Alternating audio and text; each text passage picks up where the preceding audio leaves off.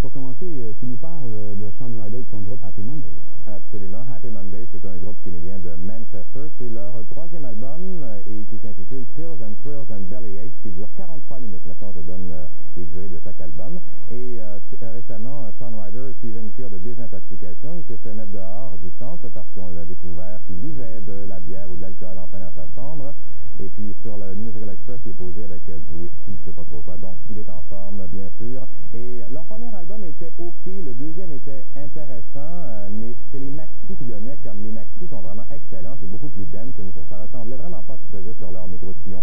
Celui-ci est fort bien réussi, il y a beaucoup plus de subtilité, de finesse dans les arrangements. Toutes les chansons sont du groupe, sauf la chanson Step On, qui est une vieille chanson de John Congos. Soit dit en passant, il y a un maxi qui est sorti sur le marché aussi, qui s'intitule Kinky Groovy Afro Abuse, intéressant.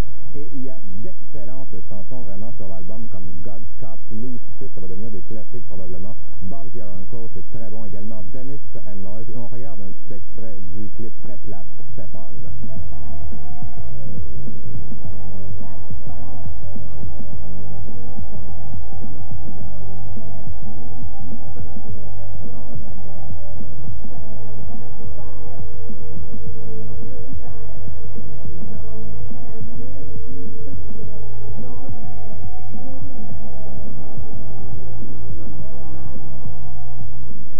Le clip est un peu plate, merci, c'est dommage. Il y en a une chanson qui est moins intéressante, le restant est vraiment très bon. Et si vous ne les connaissez pas encore, leur style, c'est vraiment du rock avec des petites touches funk, dance.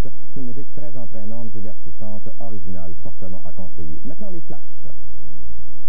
Premier flash de Paris All Stars, Homage to Charlie Parker, enregistré le 15 juin 89 à Paris. Comme le titre l'indique, il s'agit d'un hommage à Charlie Parker. Y ont participé, entre autres, Dizzy Gillespie, Max Roach, Stan Getz, les meilleurs, et c'est un must pour amateurs de jazz.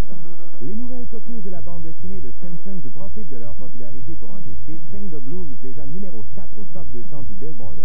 Très personnellement, je trouve que c'est de la musique gadget qu'on aura vite fait d'oublier. Un peu de disco peut-être, non mais sérieux dans le style de Beatmasters, c'est plutôt intéressant. Ça ressemble un peu à Technotronic ou à Betty Boo, mais en meilleur. Il y a un peu plus de travail au niveau des compositions et l'album s'intitule Anyway You Wanna. Une coche plus bas au niveau de la qualité, le DJ britannique Adamski et son nouveau disque Dr. Adamski's Musical Pharmacy. J'avais bien aimé son album précédent Live and Direct, mais là c'est un peu très décevant, surtout un peu vite et je ne vous le conseille pas vraiment. Que dire de la bande originale du film Rocky V? Bien c'est plate en maudit. Un knockout, ça presse. Oups, ça ne s'améliore pas, un groupe en qui j'avais fondé de bons espoirs, mais ça déçoit vraiment. L'album qui s'intitule As You Like est très décevant, a été réalisé par Jamie Stewart, qui est l'ancien membre du groupe de Cult, et le groupe s'appelle Ghost. Vous pouvez oublier le nom tout de suite. Un seul maxi cette semaine, Close to Me par The Cure. J'avoue que je ne suis pas trop friand du remix à la Soul to Soul de Close to Me, mais sur la phase B, deux très bons nouveaux mix de Just Like Heaven et Primary qu'on ne retrouve pas sur l'album Mixed Up. On y va-t-il? Un coup d'or. Oui. Et maintenant, l'album qui a été enregistré à Vancouver, et c'est celui de David Lee Roth qui s'appelle A Little Ain't Enough. Bob Rock qui a réalisé ça. Oui, j'étais prêt à le descendre, mais quand même, c'est pas si mal que ça. J'avoue, il y a 53 minutes de musique sur celui-ci, donc on en a pour son argent.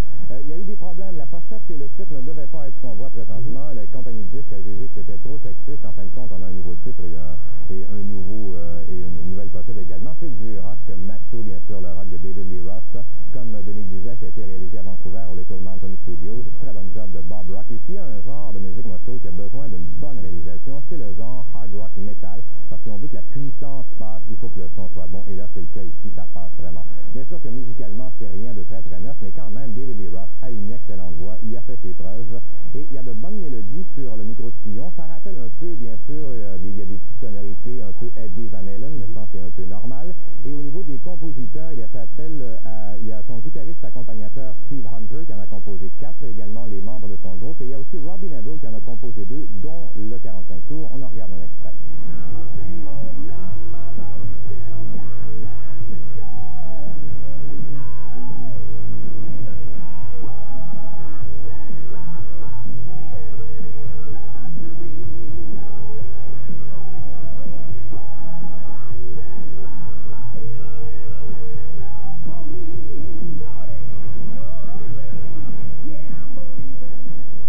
il ne gagnera pas un prix d'intellectuel certain. C'est pesant à 80%. Il y a quelques blues dans le genre. J'ai quand même trouvé ça un très bon micro-sillon. Maintenant, nos palmarès.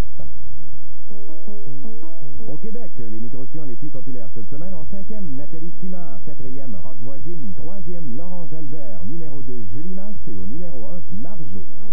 Aux États-Unis, les albums les plus populaires cette semaine, en 5e, Mariah Carey, 4e, The Simpsons, 3e, Madonna, 2e, MC Hammer et toujours au numéro 1, Vanilla Ice. Et maintenant, pour les oreilles averties, voici Meat Beat Manifesto. Oui, c'est si vous aimez le danse, la musique danse expérimentale, donc alternative, vous connaissez peut-être Meat Beat Manifesto. Sinon, c'est un nom à surveiller. C'est un trio britannique qui existe depuis 5 ans. Et ils sont classés d'ailleurs au 10e rang des groupes les plus populaires à New Music au cours de 1990. C'est leur 3e album, mais leur 2e studio vraiment, parce qu'il y en a un qui est une genre de compilation. Et on ne peut pas faire vraiment de comparaison avec d'autres groupes. Puis ils font vraiment affaire dans une bande à part. C'est très saccadé, très stressant et excellent. Très, très bon. Il y a beaucoup d'échantillonnage, de montage. Le résultat est très original et il y a une énorme recherche de travail en studio. C'est eux-mêmes qui réalisent. Ils travaillent très, très bien. Et c'est comme vraiment du jamais entendu. Et ils font partie d'une nouvelle tendance aussi de ces groupes qui ne basent pas leurs chansons sur des mélodies, mais bien sur leur rythme, sur l'énergie pure. Et le tout est enrobé, j'appellerais ça d'effets sonores vraiment qui sont extrêmement variés, ce qui fait que ce n'est jamais ennuyant. Mais encore une fois, je vous avertis, c'est quand même très bruyant comme musique. Moi, j'ai à peu près toujours aimé ce qu'ils ont sorti dans leur vie. C'est un très bon petit groupe, Meat Beat Manifesto. Et ils travaillent en studio, mais leurs spectacles apparemment sont très bons, mais je les ai jamais vus malheureusement. C'est tout. Bye bye Denis. On se quitte avec un extrait de Psych Out. Merci Claude.